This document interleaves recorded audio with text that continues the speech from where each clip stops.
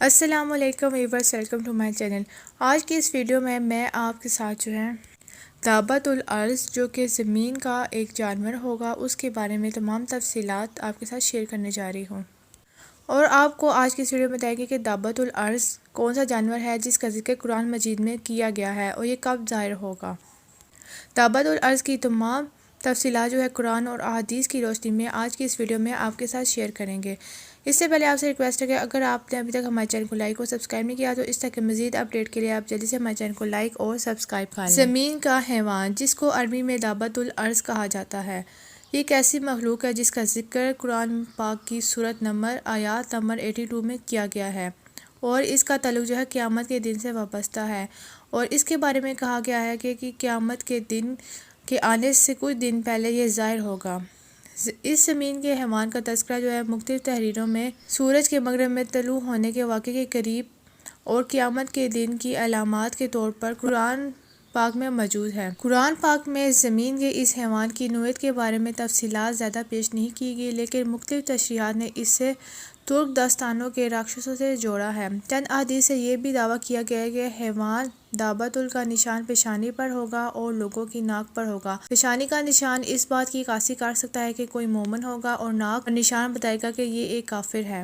دابت الارض جانور کا ذکر سورۃ نمل میں آیا ہے، جس کا ترجمہ کچھ اس طرح سے ہے: اور جب ان ظالموں پر بات پوری ہو جائے گی تو ہم ان کے لیے زمین سے ایک جانور نکالیں گے، وہ ان سے باتیں کرے گا، اس لیے کہ لوگ ہماری نشانیوں پر یقین نہیں رکھتے۔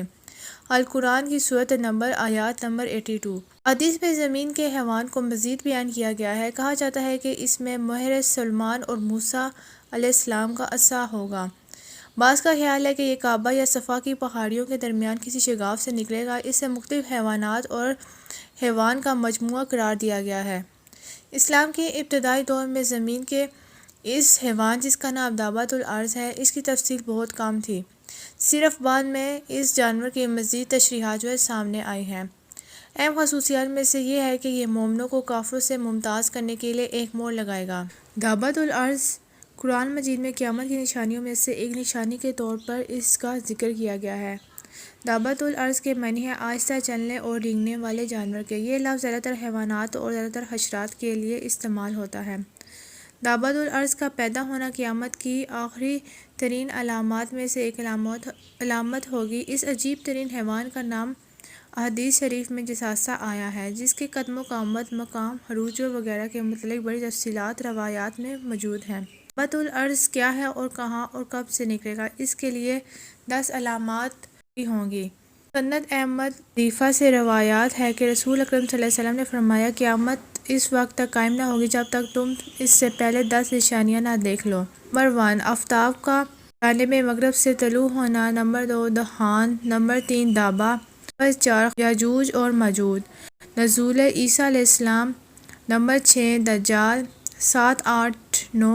3، خسوف، ایک مغرب میں دوسرا مشرق میں تیسرا جزیرہ العرب میں ہوگا۔ نمبر 10، ایک آگ جو کعر عدن سے نکلے گی اور سب لوگ کو ہنکا کر میدان حشر کی طرف لے آئے گی، جس مقام پر لوگ رات گزارنے کے لیے ٹھہریں گے۔ یہ آگ بھی ٹھہر جائے گی، پھر ان لوگ کو لے چلے گی۔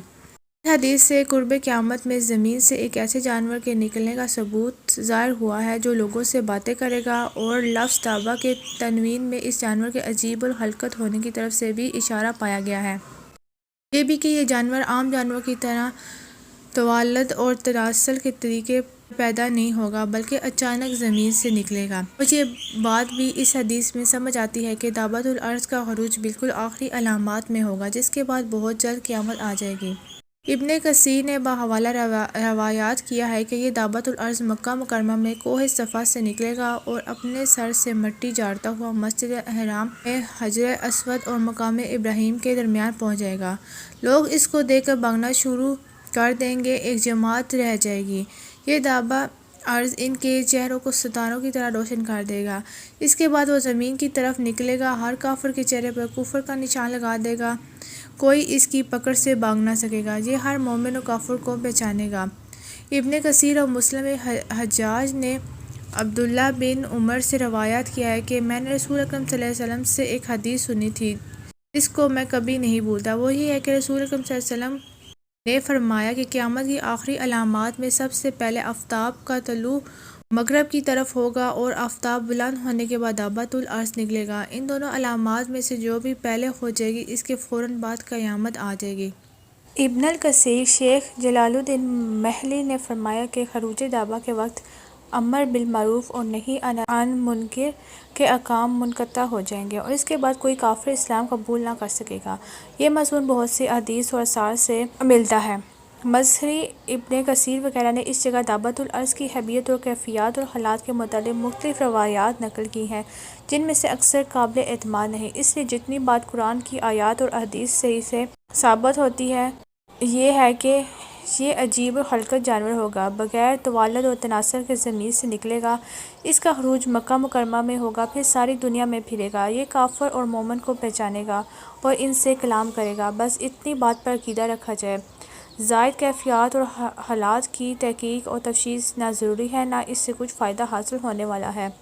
رہا یہ معاملہ کہ دابۃ الارض لوگوں سے کلام کرے گا، اس کا کیا مطلب ہے؟ بعض حضرات نے فرمایا کہ اس کا کلام یہی ہوگا جو قرآن میں مذکور ہے، جس کا ترجمہ یہ ہے: بہت سے لوگ آج سے پہلے ہماری آیتوں پر یقین نہ رکھتے تھے اور اس کا مطلب یہ ہوگا کہ اب وہ وقت آ گیا ہے کہ ان سب کو یقین ہو جائے گا، مگر اس وقت کا یقین شرعاً قبول نہیں ہوگا۔ اور ابن عباس، حسن بصری، قتادہ سے منقول ہے اور ایک اور روایت علی کرم اللہ سے بھی ہے کہ یہ دابۃ الارض لوگوں سے خطاب اور کلام کرے گا جس طرح عام کلام ہوتا ہے۔ دابۃ کا اردو میں معنی ہے جاندار، چلتا پھرتا یا جیتا جاگتا، اور لغت میں ہر ذی حیات چیز کے لیے استعمال ہوتا ہے۔ قرآن مجید کی یہ آیت جو کہ سورۃ ہود میں ہے، آیت نمبر 6 ہے، جس کا ترجمہ کچھ اس طرح سے ہے: اور زمین کے جانداروں میں سے کوئی ایسا نہیں جس کا رزق اللہ کے ذمہ نہ ہو۔ مزید دیکھیں سورۃ النور کی آیت نمبر 45، جس کا ترجمہ یہ ہے: اور اللہ نے ہر ذی روح کو پانی سے پیدا کیا ہے۔ فاطر آیت 45 واضح کرتی ہے کہ انسان دابہ ہی ہے، لہذا سورۃ النمل آیت نمبر 82 جس میں دابۃ الارض کو قیامت کی نشانی کے طور پر پیش کیا جاتا ہے، اس کا صحیح ترجمہ یہ ہے: اور جب پوری ہوتی ہے بات ان پر تو ہم ان کے لیے زمین میں ایک جیتا جاگتا انسان نکالتے ہیں جو ان سے کلام کرتا ہے۔ بے شک اکثر لوگ ہماری آیتوں پر ایمان نہیں لاتے۔ اور یہاں دابۃ سے مراد ہے تکلمہم کے الفاظ ہیں کہ وہ دابہ جو کلام کرتا ہو اور وہ انسان ہے۔ یہ جانور اس روح زمین پہ اس قدر تیزی سے سفر کرے گا کہ کوئی بھی انسان اس کو پکڑ نہ سکے گا۔ اس جانور کے ایک ہاتھ میں حضرت موسیٰ علیہ السلام کا عصا ہوگا اور دوسرے ہاتھ میں حضرت سلیمان علیہ السلام کی انگوٹھی ہوگی۔ اس دور میں جس لوگوں کا ایمان مکمل اور کامل ہوگا، یہ جانور ان لوگوں کے ماتھے پر حضرت موسیٰ علیہ السلام کے عصا سے ایک نشانی لگائے گا، جس کے بعد ان مومنوں کا چہرہ مزید منور ہو جائے گا اور اس نشان کی وجہ سے مومنوں کا چہرہ مزید چمکنے لگ جائے گا۔ اور جو لوگ کافر ہوں گے اور منافق ہوں گے تو یہ جانور جو ہے ان لوگوں کے ماتھے پر حضرت سلیمان علیہ السلام کی انگوٹھی سے ایک مہر لگا دے گا، جس کی وجہ سے کافروں کا چہرہ مزید سیاہ اور کالا ہو جائے گا۔ یہ جانور اس قدر بڑا ہوگا کہ اس جانور کے دونوں کندھوں کے درمیان کا فاصلہ تقریباً 3 میل کے جتنا ہوگا۔ یہ جانور اللہ تعالیٰ کے حکم سے پوری روح زمین پر سفر کرے گا اور یہ مومنوں کے چہرے پر مومنوں کی نشانی لگائے گا اور کافروں کے چہرے پر ان کی مہر لگائے گا۔ اس کے بعد اللہ تعالیٰ مومنوں اور کافروں کے درمیان میں ایسا فرق کرے گا کہ کوئی بھی کافر مومن نہیں ہو سکے گا اور نہ ہی کوئی مومن جو ہے کافر ہو سکے گا۔ اس کے بعد جو مومن ہوگا وہ اللہ تعالیٰ کی رحمت اور خوشنودی کا حقدار ہوگا، جبکہ جو کافر ہوگا وہ اس دور میں اللہ تعالیٰ کے دردناک عذاب کا حقدار ہوگا۔ روایات میں آتا ہے کہ یہ جانور اس دنیا میں 120 سال تک رہے گا۔ جب یہ جانور جو ہے اس دنیا میں رہے گا اور جب اس دنیا میں پہلا سور پھونکا جائے گا تو یہ جانور اس دنیا میں تقریباً 120 سال تک رہے گا۔ یہ وہ وقت ہوگا جب اللہ تعالیٰ ایمان اور کافر دونوں کو الگ الگ کر دے گا اور دونوں ثابت ہو جائیں گے، اور جو ایمان والا ہوگا اللہ تعالیٰ اس کے ایمان کو مکمل کر دیں گے اور جو کافر ہوگا اس کا کفر ظاہر ہو جائے گا۔ تو اس وقت کوئی بھی ایمان والا نہ اپنا ایمان چھپا سکے گا اور نہ ہی کوئی کفر والا اپنا کفر چھپا سکے اور اس کے بعد جو ہے یہ جانور دنیا سے غائب ہو جائے گا۔ اس کے بعد اللہ سبحانہ وتعالیٰ اس دنیا میں ایک میٹھی اور ایسی خوشبودار ہوا چلائیں گے جو ایمان والوں کے بغلوں سے گزرے گی تو تمام ایمان والے مر جائیں گے، اور اس طرح اللہ تعالیٰ اس روح زمین سے تمام ایمان والوں کو اٹھا لے گا اور اس وقت زمین پر کوئی بھی ایمان والا باقی نہ رہے گا، اور اس وقت اس روح زمین پر صرف کفار ہی ہوں گے اور کفار کا غلبہ ہی ہوگا۔ دوستو یہ وہ وقت ہوگا جب اس دنیا میں اللہ کا نام لینے والا کوئی انسان باقی نہ رہے گا، اور اس کے بعد جو ہے قیامت کا قیام ہوگا، اور اس کے بعد اس دنیا میں جو بھی تمام چیزیں ہیں تمام چیزوں کو فنا ہو جانا ہوگا اور صرف اللہ تعالیٰ کی ذات ہی ہے جو کہ باقی رہے گی اور ہمیشہ رہے گی۔